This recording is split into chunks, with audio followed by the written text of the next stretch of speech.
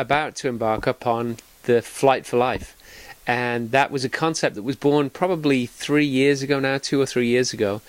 And in planning for the Dakar, one of the things that we realized is we couldn't completely control the date when we actually go. That's in the hands of a team, Bowler Off-Road. And so we realized we needed to do something that could just get the whole project started for us. And so we planned the Flight4Life. And that is a Guinness World Record attempt to fly paramotors around Australia, further than anybody's flown them in one continuous expedition. So hopefully that will be about 15,500 kilometers. With regards to the training, life doesn't slow down at all. I've just got back from a great trail run with my wife Jackie. It's a beautiful summer evening here in Canada. You can probably see the hummingbirds behind me fighting for their meal. And so it's great to be out and training. And the week's training schedule at the moment is based largely around running. And part of the reason is that we've decided to do an ultramarathon. We're going to tell you more about that a little later.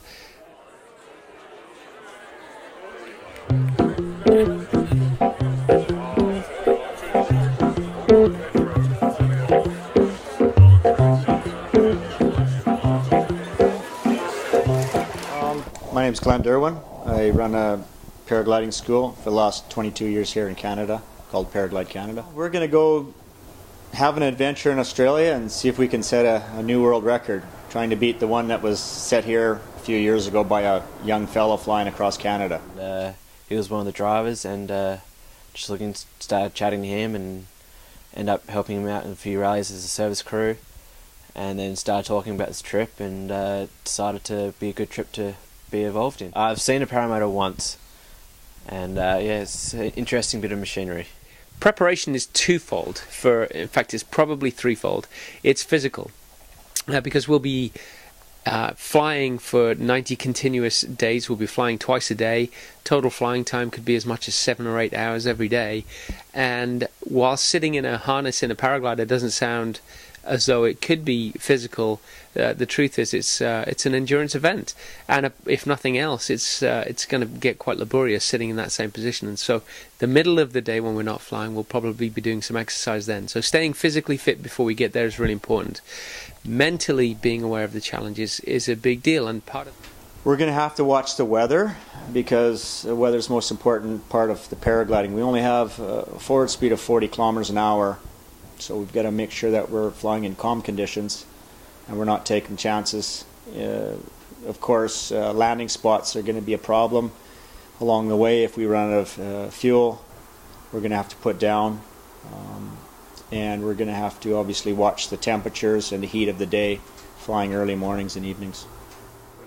In case you can hear me, we're about to go paramotoring in the Lumbee Valley in Vernon. It's early morning, we've got easterly breeze, nice and gentle. Had a lovely flight last night, and you smell nice. Oh, thank you. Yeah. Considering we've been camping with no... Oh, that's, you've had to make up for the camping. So, yeah, so we're going to take off, have a nice flight, and see you in about an hour and a half. So what happens with this rig here when you take off? Motor goes, fire the motor up, full start, motor comes up in the air, or the wing comes up in the air, the motor pushes forward and gradually will take off. That's the way it's supposed to work, so we'll see what happens today. Fingers crossed, it'll be good. See you then. Yeah. Bye. Take the beauty, take the prize.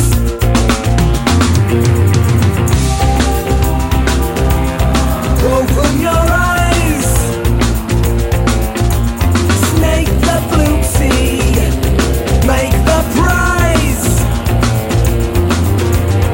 Think of it projected in, experiments in fear and sin. Free your thoughts and take them higher. The rage, the need, the lust and desire. Seal the pot and think it real. Watch your thoughts mix and congeal. Feel the rage and feel the need. See the lust, desire, the greed. There's always the glitches that come along, right? I've had wipeouts, and I've been lost, and I've been stranded a few times. Flat tires, mechanical breakdowns. It's all part of the adventure. The other challenge is really being very, very careful with the wind conditions. With paramotoring, we really can't afford to fly in very thermic wind when it gets very hot, and so it's really flying early in the morning and late at night, and that will bring its own small adventures with it as we try and launch perhaps half an hour before sunrise and land sometimes half an hour after sunset. So it'll be a little bit challenging, but again, that's why it's a world record. That's why not everybody tries to do it. I mean, we just need to keep going and do whatever we can, with and beyond our abilities at some point, to keep moving towards the goal of saving lives. Yeah, for sure. I think the current issues in the Horn of Africa really highlight the vastness of the problems that are out there, but also I think it's difficult to overcome that feeling of not being able to make a difference, because you're up against huge numbers, of people dying, and just the terrible, terrible conditions that are there. But also, you feel as if you're struggling against inefficient governments and just a lack of coordinated effort, and you've got warlords and terrorists and drought conditions and stuff. But you just have to keep.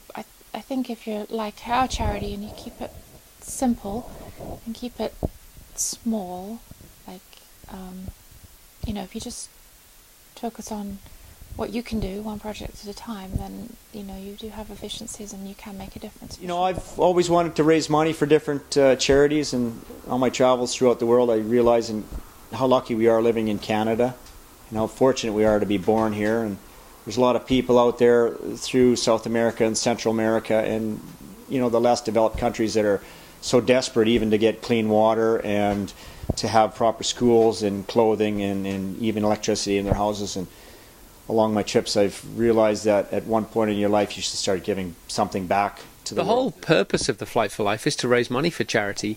Yes, it's a great adventure, and yes, it's a potential Guinness World Record if we're successful.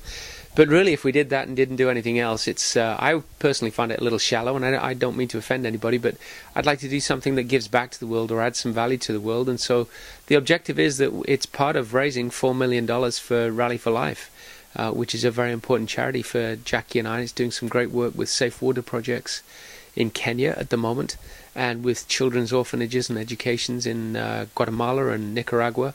And so we want to ensure that we can help save children's lives, and every little bit helps. $20 is enough to save the life of a child who doesn't have water today or is drinking water from a dirty water source, an unsafe water source.